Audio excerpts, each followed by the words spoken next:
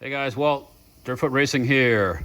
Working on today, putting the Tote Gote Briggs & Stratton 6-horse engine back together. I've had it apart, just going through it. Got to do some valve work on it. Got to reassemble it now, make some adjustments to the valve clearance, and we'll get her back together and get her painted up.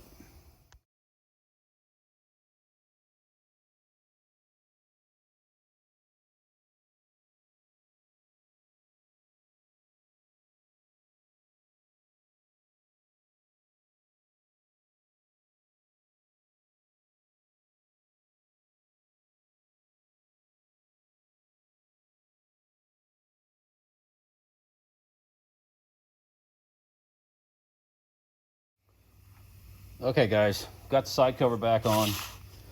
What I'm doing right now is I'm adjusting the length of these valves a little bit. So I found that on the compression stroke, the valve didn't close till like here, at that point. Well, me thinking the way I think, if they're pushing your fuel charge all up in there, you're pushing your fuel charge right back out the intake. And you're not compressing much of anything. These engines don't have any compression release on the cam or anything like that, so what I'm doing is I'm going to grind off the base of the valve enough so when this piston is, you know, like this, possibly, we have at least that. We have a closed valve and we're compressing that fuel charge. Yes, it'll be hard to start. I've done one like this. I did an 8-horse with the same idea. And you have to turn the thing over and get it in the right position before you give it a good tug, or it has a tendency to want to pull it out of your hand just because it's higher compression. Runs great. But anyways, I'm going to shorten the valve a little bit more so I start to get a closed situation when I'm actually a little closer, a little further out, so I get more compression. So that would kind of makes sense to me. I don't know how the thing runs when it only closes completely at a quarter to 3/8 of an inch of being completely closed, you know. So I'm gonna grind off the bottom of the valve stem a little bit more, bring that down. I already did it on the exhaust to get on the exhaust stroke, or excuse me, yeah. So I had to shorten the exhaust valve, so on the intake it wasn't open. Part of the way it was turning when this valve was open, trying to suck a fuel charge in. So what's that telling me? You're going to suck exhaust back into the, or lessen your fuel charge you're bringing into for the next go around. So we're going to shorten this up a little bit and then keep working on that, get that ready. Then I'll put the valve springs in and continue with the assembly. All right, let's put these valves back in. Put a little bit of assembly lube on the valve stems. Goes in there like that.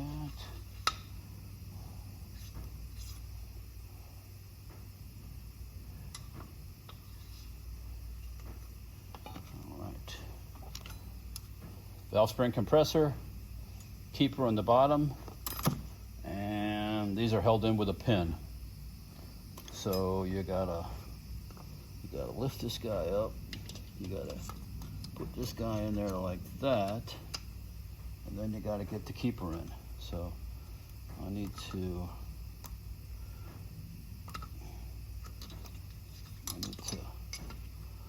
compress this spring a little further, give me some more room to work in there. All right, valve back down.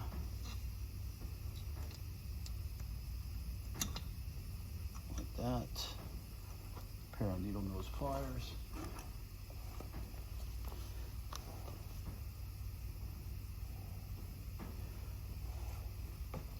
Take this up.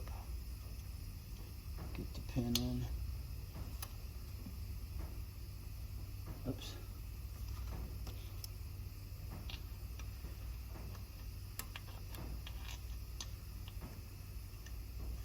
Uh-oh.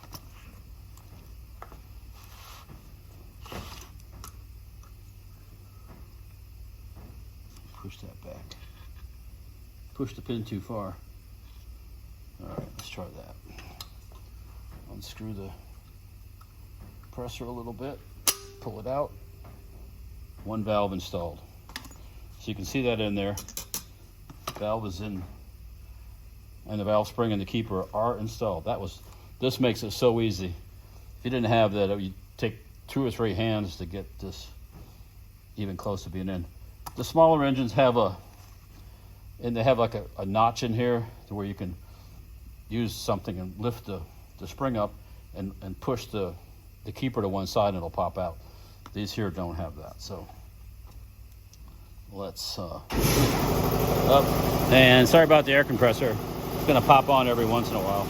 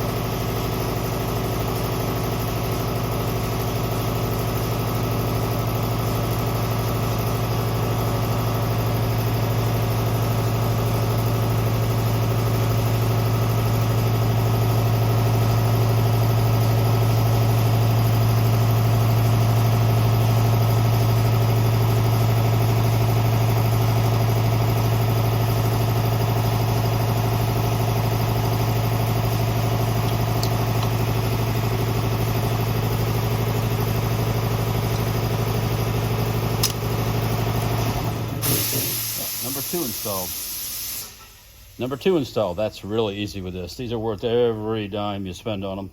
This is the Lang brand that I purchased a while back.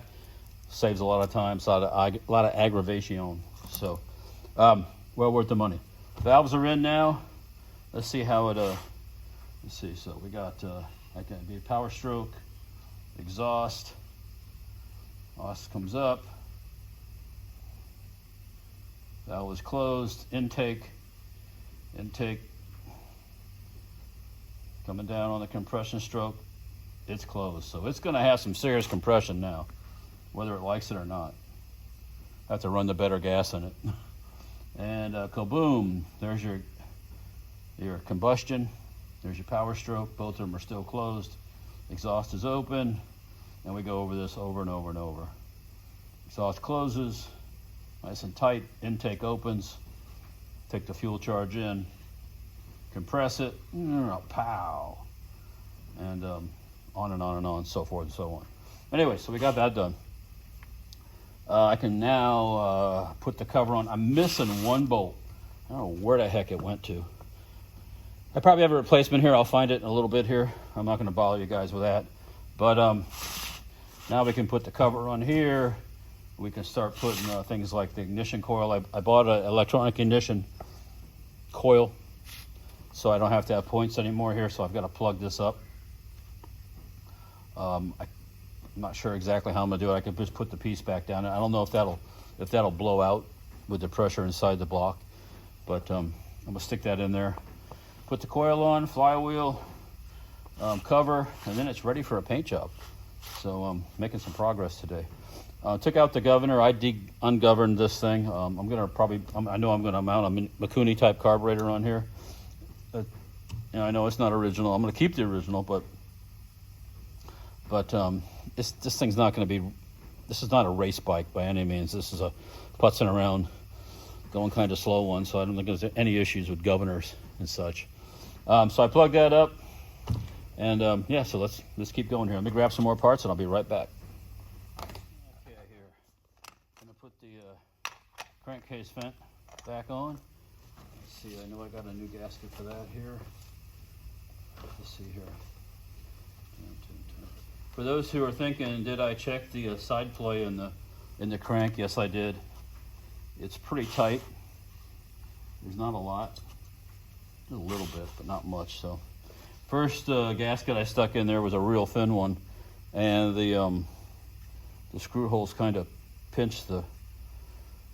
It wasn't lining up perfectly. It kind of pinched the some of the holes, so it was kind of messed up. So I don't want to put that on because I'm trying not to start right out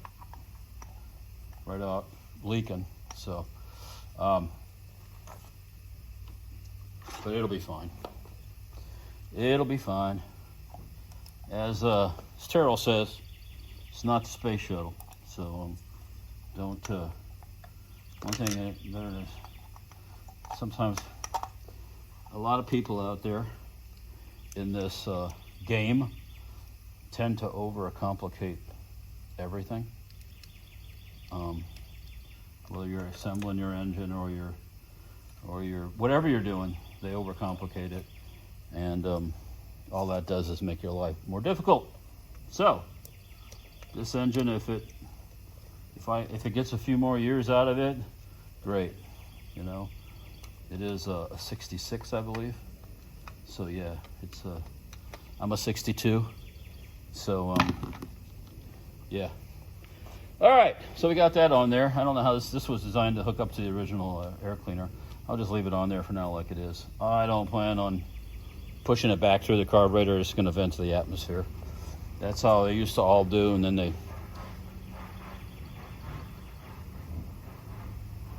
What the heck is that? Oh, that's a car and a van, a truck and a trailer. You know, as the EPA became more involved with small engines, it's gotten worse and worse and worse. And now they're trying to push everybody into electricity.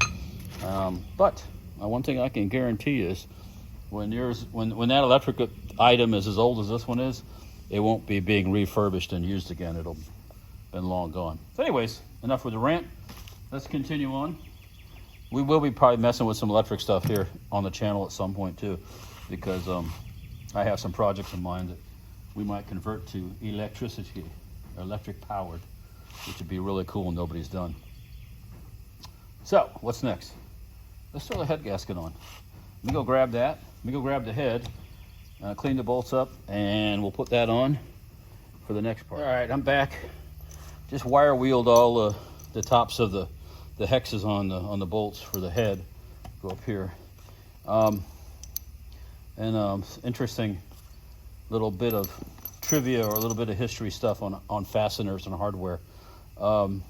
These screws are actually mostly American screw manufacturers, bolt manufacturers, hardware manufacturers would strike their name or their symbol on top of the bolts. And if you look at this one here, after I cleaned it off, it says Rockford, and that's Rockford, Illinois. Happens to be where I was born, Rockford, Illinois.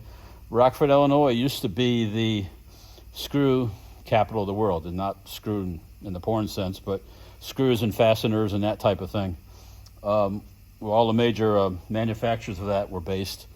Probably early 70s, that all started to go away. My father used to work for National Lock, which was a company based in Rockford, Illinois, that made all kinds of bolts, hardware, you name it.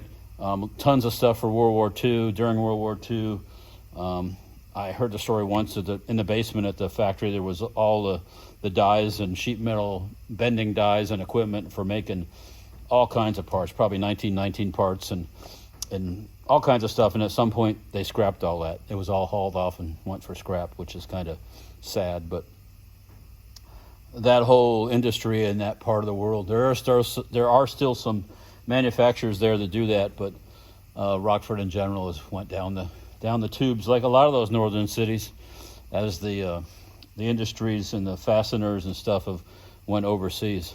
So anyways, just an interesting thing when you clean off the top of your bolts, if it says like Rockford or it says like National Lock, or you can actually look up these logos and see from the companies that they were made. They made tons of stuff for Briggs and Stratton and all the manufacturers. Anyways, a little bit of a screw history, or fastener history, let's keep it that way. We're going to go ahead and put that on here.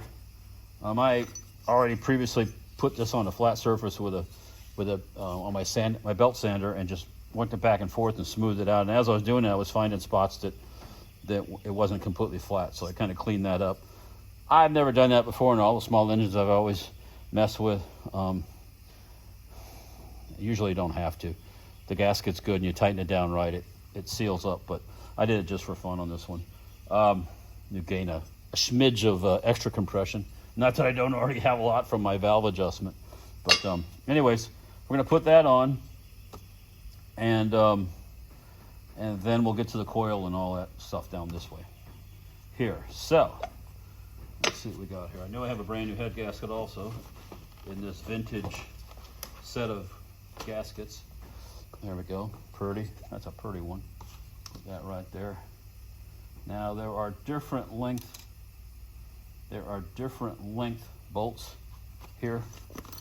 There are two that are extra. They're longer than the rest. Actually, three. They're longer than the rest. So I believe those are the ones that run through. Let me see here. These could be the ones that are back here, back around the intake and the exhaust, I think, if I'm not mistaken. I'll get corrected by someone, I'm quite sure. But let's just see real quick if it goes in. I don't claim to know everything about these things, but you don't really have to work on them. It's not a requirement. They're pretty forgiving, these engines. Yeah, these are the ones that go back here. I don't, once again, it's not the space shuttle. No one's gonna perish as a result of your putting the wrong screw in the wrong hole. Well, that's a good one. Anyways, let's put some more bolts in and get this. Oh, I got one more thing I got to do before I do this, guys. I got to clean this piece of sheet metal up that goes right in the front here. Actually, it goes like that. Part of the cowling for the air off the flywheel. I'll go over on the. Actually, I can give us a quick blast in the cabinet, but I might just wire wheel it because I'm going to paint this whole thing. So let me go do that real quick, and we'll be right back, and then we'll get the head mounted up. All right, I cleaned up that piece of sheet metal. Let's go ahead and set these bolts. I always want to try to do this in like a crisscross kind of pattern.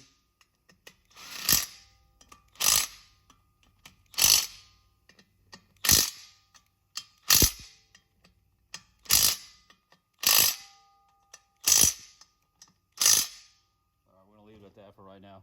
Probably what I'll do after I fire this thing up the first time, we'll recheck the head bolt tightness, make sure nothing came loose and stuff like that.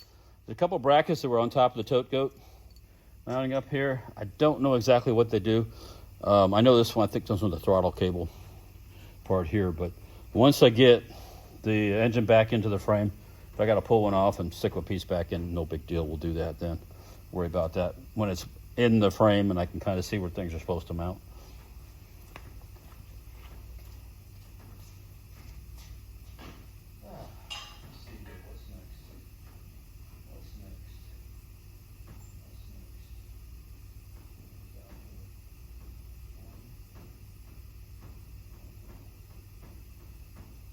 Guys, I'm over here looking for a couple bolts.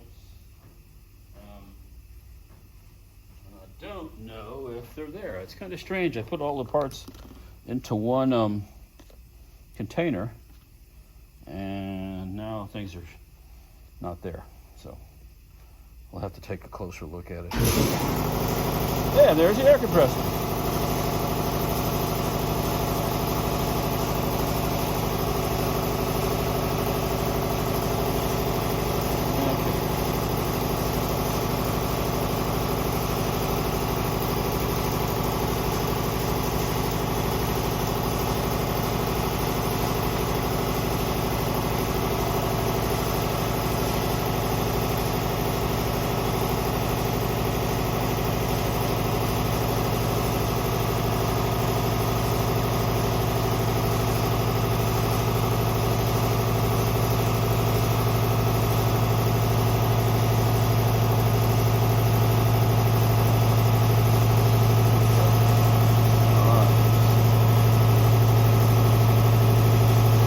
Come back in a second. All right, guys and gals, it's flywheel time.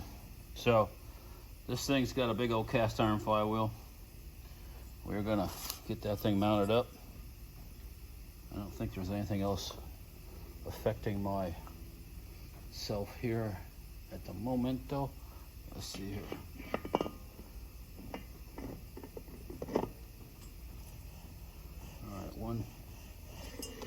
Whoopsie, that wasn't a good move. Let's try a different way of doing this. try a different way of doing this. My way didn't work the first time. So we're gonna get this thing right.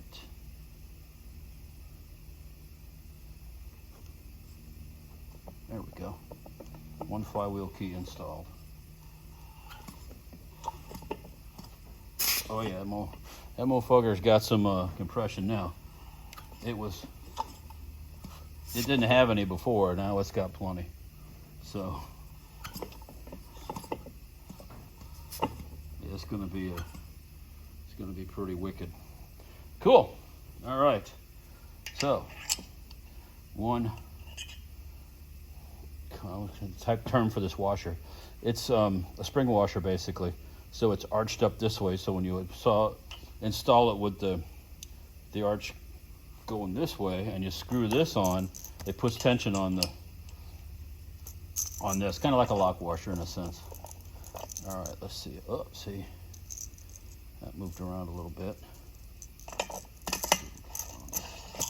I have the proper tool for putting this on, so let me go grab that real quick, and I will be right back. All right, found the tool. It's right here. I think I got this off of Amazon or eBay. They're out there. I don't have the number for it. It's not on the tool itself, but they're easy to find. Let's see here. 88 gigawatts of all right.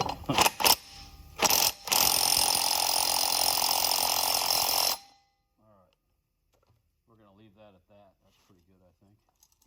Let's see here. Oh yeah. This guy's gonna run. It's got some serious compression now. It didn't have any compression at all when I first got this thing. It was because the valves were not closing all the way, so that was the main reason. So let me see what we got here. This is the non no points needed coil. So this thing is ginormously long, this wire. I got a sneaking suspicion I'm gonna have to shorten this up in the end here and get this more in a more better way. But right now we're gonna leave it like it is for testing and such.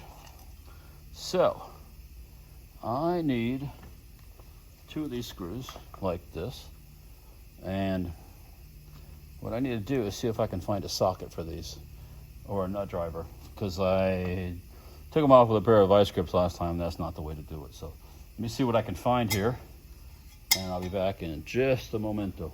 Okay, success. I found a proper size nut driver, so we don't have to do it like an animal. These coils are usually marked which side faces out. This one says outside, this side out. And in the back is the wire for the kill, like your kill switch. I can still reach it from where it's at there, because I don't have that ready to go right at the moment, but we'll figure that out a little bit later. So let's just put this on here loosely.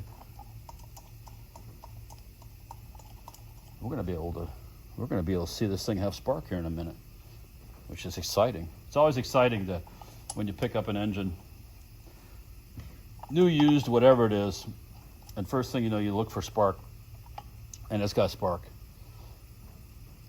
You know, whether it's a 60-year-old engine or a 1-year-old engine, spark is always cool to see. The way I do these, as far as setting the distance, is I use like a business card, and other people use different things. They have feeler gauges made for them, everything. I've always just used a business card or a piece of similarly thick paper, which this right here will work actually. So we'll trim a little bit off this off of this Briggs box, and we'll do that.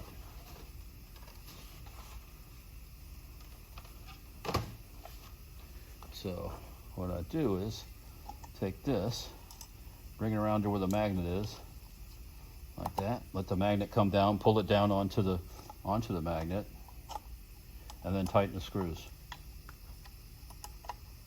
If this is not the way that you do it, that's fine. It's the way that I do it. I've had pretty good luck with it. There we go. That's out. You can physically see the gap in between and all that good stuff. So now what we're going to do, I'm going to grab one of my spark testers at home for another project, but I have another one here, or a spark plug. Let me grab one of those and we'll spin this guy over and see if I've got spark. Should though. I hope so. If not, I might be a wee bit sad. But you know, it wouldn't be the first time. So let's see what we can find here. Found it without too much trouble. Okay, let's see here. So we've got what this, and we'll hook this to ground someplace. Maybe there. That's to the. Oh yeah, there's spark in there. I don't know if you can see it. Let me see if I might have to adjust the camera a little bit. You're probably not going to see it. If I do this, you'll see it.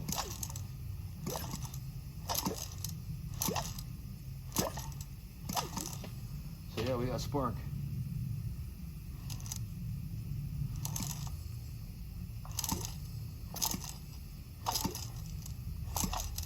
Well, we did have spark. What's going on? Oh, yeah, it's there. Yep, it's there. All right, let's turn this thing this way and see if, yeah, it's jumping across. Oops, my finger's gonna be jumping across. Yeah, we got a good spark. All righty, excellent. That's a good sign. That's a large percent of the project there, getting it running. Spark. Okay, well that's awesome in my books. Hopefully you guys could see that. Let's hook this up here like this. What's next? Flywheel cover. I guess I can call that next. What I was going to do is going to paint the whole engine when it's all assembled. That way, I just find that might be an easier way to do it than doing the individual parts and then handle them and putting them all together. So let me get the shroud and the cover. Need to put a drop of oil in there, just to wet the whistle, so to speak, on that little piece of felt that's supposed to be in there. If I can do this without making too much of a mess. Okay, everybody. You know what? Let's do this. There we go. Wet the whistle a little and wipe off the excess. There we go. All right. Let's get the cover, which is right over here. I need 4 screws. 1, 2, 3, 4, maybe. I'm not sure which one it is at this point. Find out in a minute here, though. Let's see. Yeah, totals. Back over here. Alrighty. Push this back a little bit. Cover. I already stripped the paint off the cover. It needed a little stripping. This guy is not too bad. It's a little dirty. Wipe off the excess crud. Just gonna clean up real nice, or paint up real nice. Let's see what screws go in here. I've got a variety of different. There's 1, there's 2, there's 3, and 4 right there. Awesome. Awesome sauce. Let's put these over here so they don't get knocked off. Is this the same size nut driver? Of course not. Have to go get a different one. For those who haven't messed with this kind of stuff before, a lot of times these shrouds have a multitude of holes, so you can adjust the pull cord depending on the use. This one actually goes pretty much pull straight up, since you're going to be 9 times out of 10 sitting on the bike or next to it when you pull the cord. So, but you could have it in any variety of different positions depending on the need. But so we're going to mount this guy up. Straight up and down. It was straight up and down. I can see the marks on it, so we'll put it back like it was originally.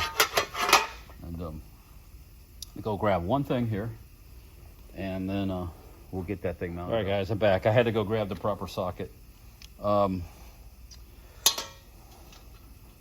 Get these screws put in. Get them started by hand. A lot of times, a lot of this type machinery they use when they're assembling it in the factory, they use a self-tapping screw. So you notice those because you look at the front of them, the point on the starting part of the thread, it's got like a slash through it, which acts like a drill, and drills and threads the hole as you're installing it. These don't. So this is a little bit different setup, but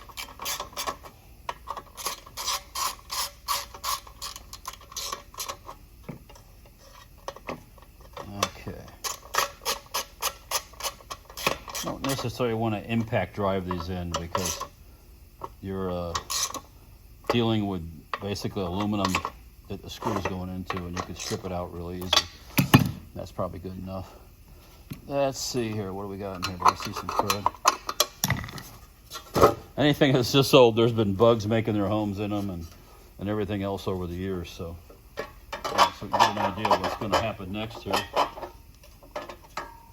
This goes.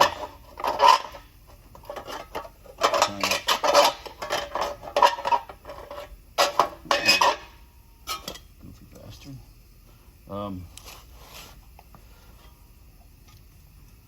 See what's going on here. What am I missing?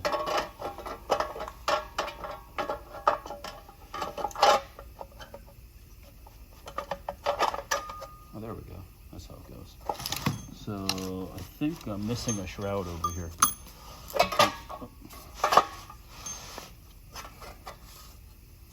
We'll get this eventually here. Turn this around like this. Getting heavier and heavier as we go. Yeah, there's a shroud, if I'm not mistaken. When the air compressor gets done, let me go take a look for it.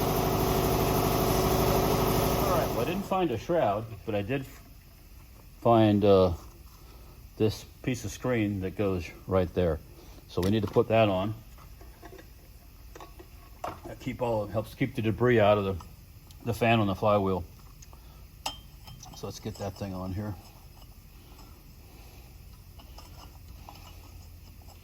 Let's see here. How's this thing gonna?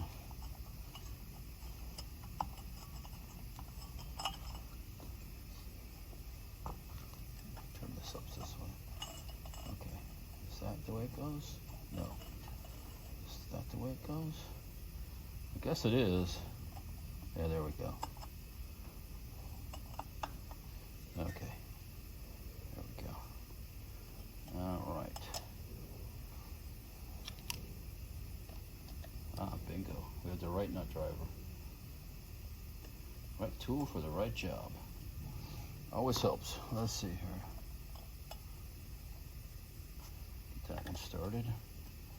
Something like this, you don't want to tighten the first one up without getting them all in place first and the thread started. Because if you do, 9 times out of 10, you got to loosen up the one you just tightened up because the other holes are not lining up. So let's do this. Okay. This is another one I wouldn't do with an impact driver either. This one you need to do by hand because these are little screws. You'll strip them out really easy or break them off. And then it just becomes more of a pain and more of a pain and more of a pain. So let's tighten these up. There we go. Now, that mo better. So, let's, what I am looking for now is the 1, 2, 3, 4 screws that hold this shroud on. Let me walk back over here and grab those real quick. I'm sorry about this back and forth, guys, but that's just the way it is today. All right, let's, I already started kind of putting these screws on for the shroud. Usually on these Briggs engines, it's like, well, what I said before about the Briggs horizontal shaft engines of the older design is whether it's a 3 horse or 2.5 or 2 or a 16 single cylinder, most of them are very similar in design. So once you've taken one apart, you can almost take any of them apart because of the way that they're designed. And I can see why they did that, because they had a design that worked really well, durable, fixable. Let's see here. Let's pull this down. See what's going on. Something ain't right away, right off the bat. Right off the bat, something ain't right. So let's pull this thing loose. Let's see what's going on here. Because the recoil ain't recoiling, so that tells me something's dragging.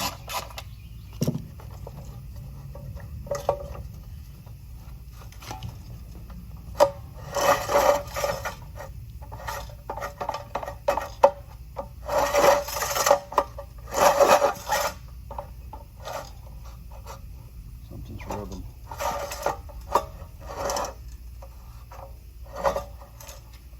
Looks like it's something with the shroud.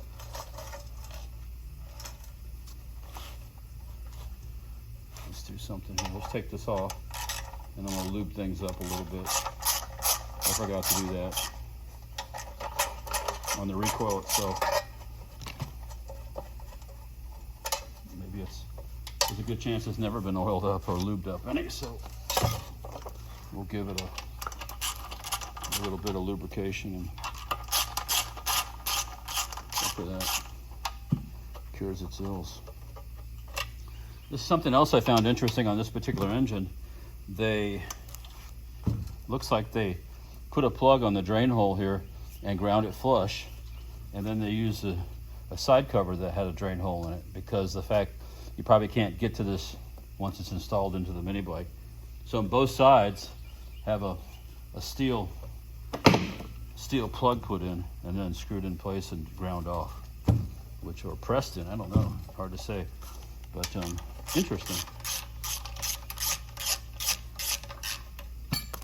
I've never seen that before. Okay, I know it got to a point where Briggs, due to lawsuits and such, stopped making or stopped selling their engines to the mini bike manufacturers. You know, I hate when that happens, but it's kind of what happens sometimes in our world. It's gotten even worse nowadays with all the people are gonna get you money after you're a paraplegic and can't move around anymore. But you're rich. You're rich. Yeah.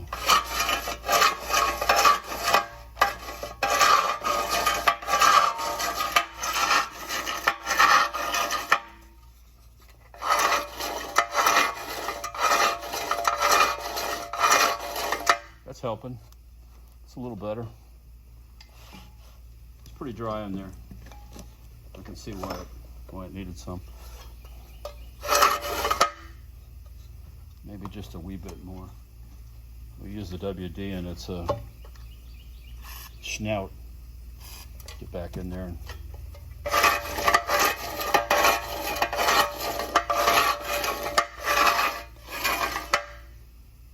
probably the original cord on this too. So.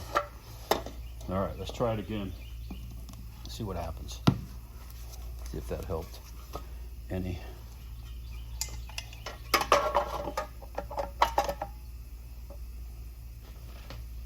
Yep.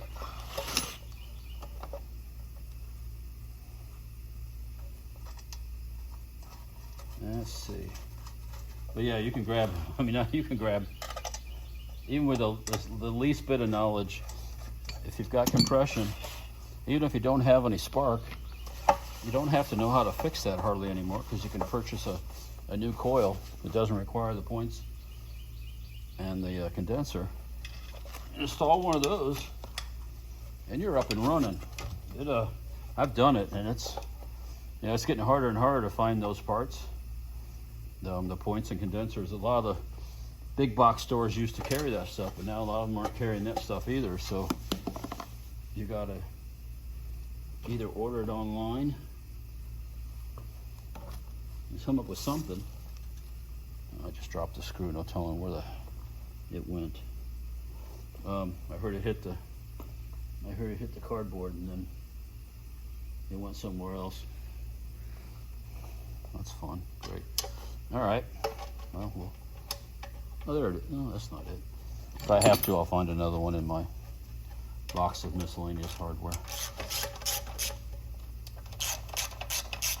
You should be able to see if it's going to work with just the three right now. Where'd it go? Where'd it go? Where did it go?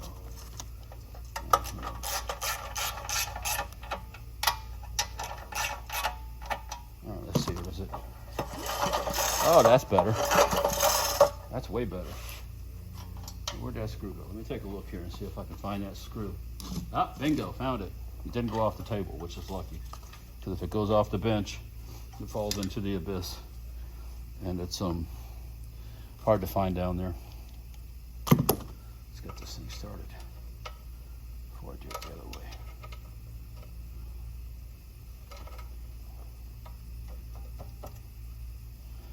Growing up myself, I had a go-kart. My mom wasn't hip on two-wheeled motorcycles and stuff, because she's seen and heard of people getting really messed up on them. So, but I did have a go-kart. I was allowed to have a go-kart, and an uncle gave me the go-kart. I had a choice between two of them. One was your basic go-kart, and the other was more of a racing style frame, but it needed more things to get it going. All the other one needed was basically an engine. So my grandfather, who did a lot of antiquing up in Illinois, he still lived up there, Illinois. One time he came down to Florida to visit. He brought me a lawnmower, a real lawnmower with a 2.5 horsepower Briggs on it, cast iron Briggs. The mower was like brand new. It was old school new. But the only reason he bought it, he probably got it for next to nothing, is he knew I needed a engine for my go-kart. So between him and that, brought it down, stripped it off the mower, stuck it on the go-kart, and we rode that go-kart forever in the neighborhood. Everybody rode it. At one point, the frame broke in half. I made some inserts to put inside the tubing. This is me, I'm a kid. Used the Lincoln buzz box in the garage and welded it back together, and we kept on riding it. That was a good engine. Eventually the engine stopped running, and I ended up replacing it with a Tecumseh off of it was actually a Sears and Roebuck Edger that was at a friend's house in their backyard, and he also wanted to ride the go-kart. So I take the engine, put it on, and my mom will never know. And pretty much she didn't, until his stepdad started doing a yard lawn care business, and they're like, where'd that Edger go we used to have? I don't know, I ain't seen it. So anyways, I found out selling the go-kart as I got a car, and moved on to bigger wheels. All right, let's see here. This thing is ready. This thing is ready for the paint shop, or to go outside technically, and give it a fresh coat of black paint. Got to plug a couple holes, put a spark plug in there to plug that up, put some tape on there, and she's ready to what am I missing here? I'm missing something here. Let me go take a look at something here real quick. There might be another shroud over there that I was thinking about. There probably should be another shroud over there. But I don't see it right off the top of my head. So, I don't think we're going to worry too much about it. Oh, that bingo found it. Sorry. Telling a lie. I shall not lie. Found it. It had kind of migrated to the other side of the bench. There's the shroud that goes right there, which is part of the cooling, which is kind of important actually. So, well, if you're not going very fast, it's important. If you're moving down the road all the time, it's not that big of a deal.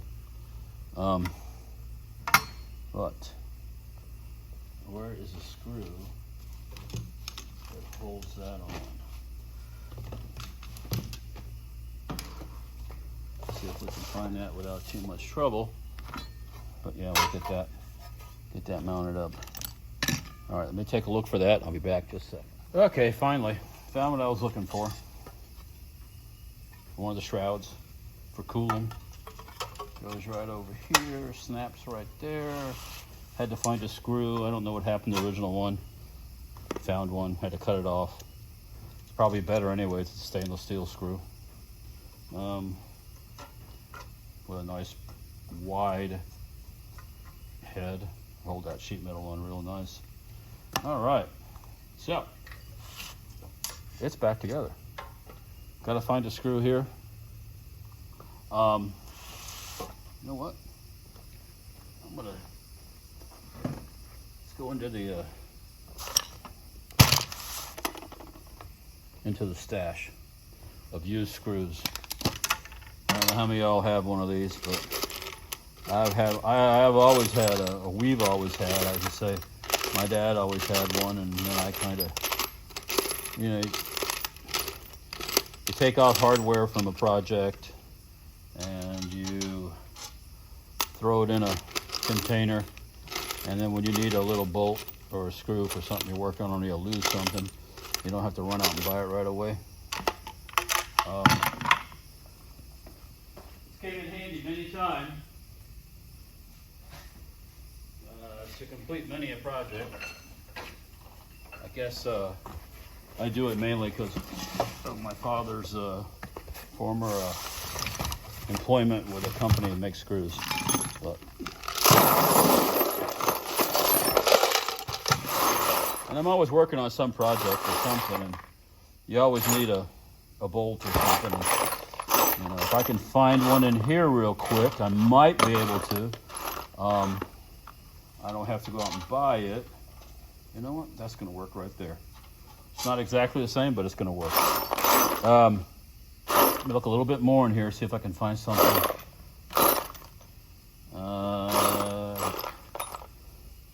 That's fine thread. I always amaze people. I can pour this out here and look at it, and people are standing there and they go, "What do you know? How do you know what you need?" And I go, "I need that one right there." And they go, "How do you know that?" I said, "Well, I've been messing with stuff like this for a couple days, and I kind of have a pretty good eye for fine thread and coarse thread and different sizes." The metric thing is kind of throwing a screw into it, but I'm getting better at that. I try to keep the metric hardware separate from the SAE stuff. But at any rate, I think I got what I need. So let me go get a washer, and then we'll get that installed. Then we're going to take this thing outside, and we're going to paint it and get it all pretty again. All right, here we go. We're going to paint this thing. Shake this up really good. Got some Rust-Oleum engine enamel, 500 degrees, black. I think this engine was black to start with. That should take care of things. If it gets hotter than 500 degrees, we're going to have a serious problem. Shake it up really good. I have used the Rust-Oleum's better high temperature paint. You have to prime it first and then spray the finish coat on top. And if you follow the instructions, that stuff works really well. I've had really good luck with that. I got a muffler in here that I sprayed just with the primer on one of the mini bikes I have, and didn't put the top coat on it, and it's worked. It's taken a lot of abuse, and it still looks really well, really good. So that's good stuff if you follow the instructions, which most people don't. So here we go. Let's paint this guy up. Got black. You start down here on the bottom. I'll put the bottom side, and then we'll flip it over and get the other parts.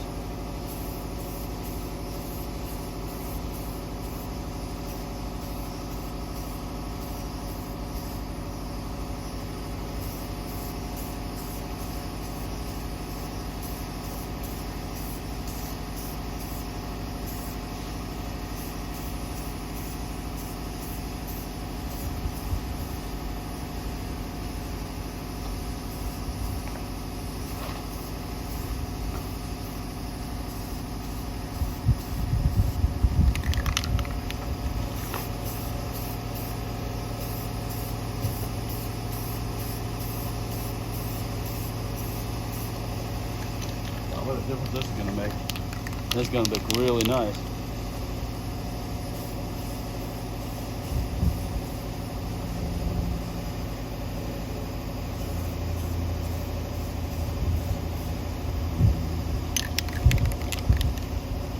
Down a little bit. Like that. Okay.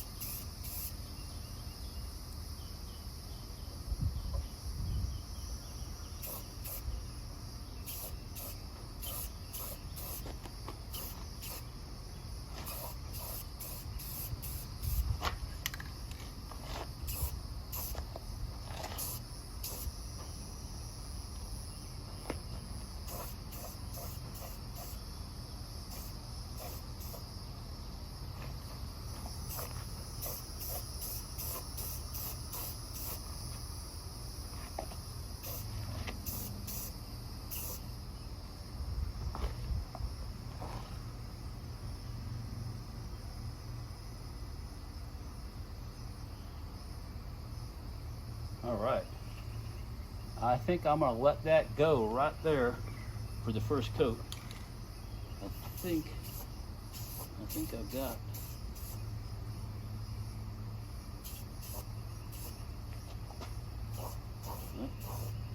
this one. You think you got it all? Find something else. So what I'm gonna do,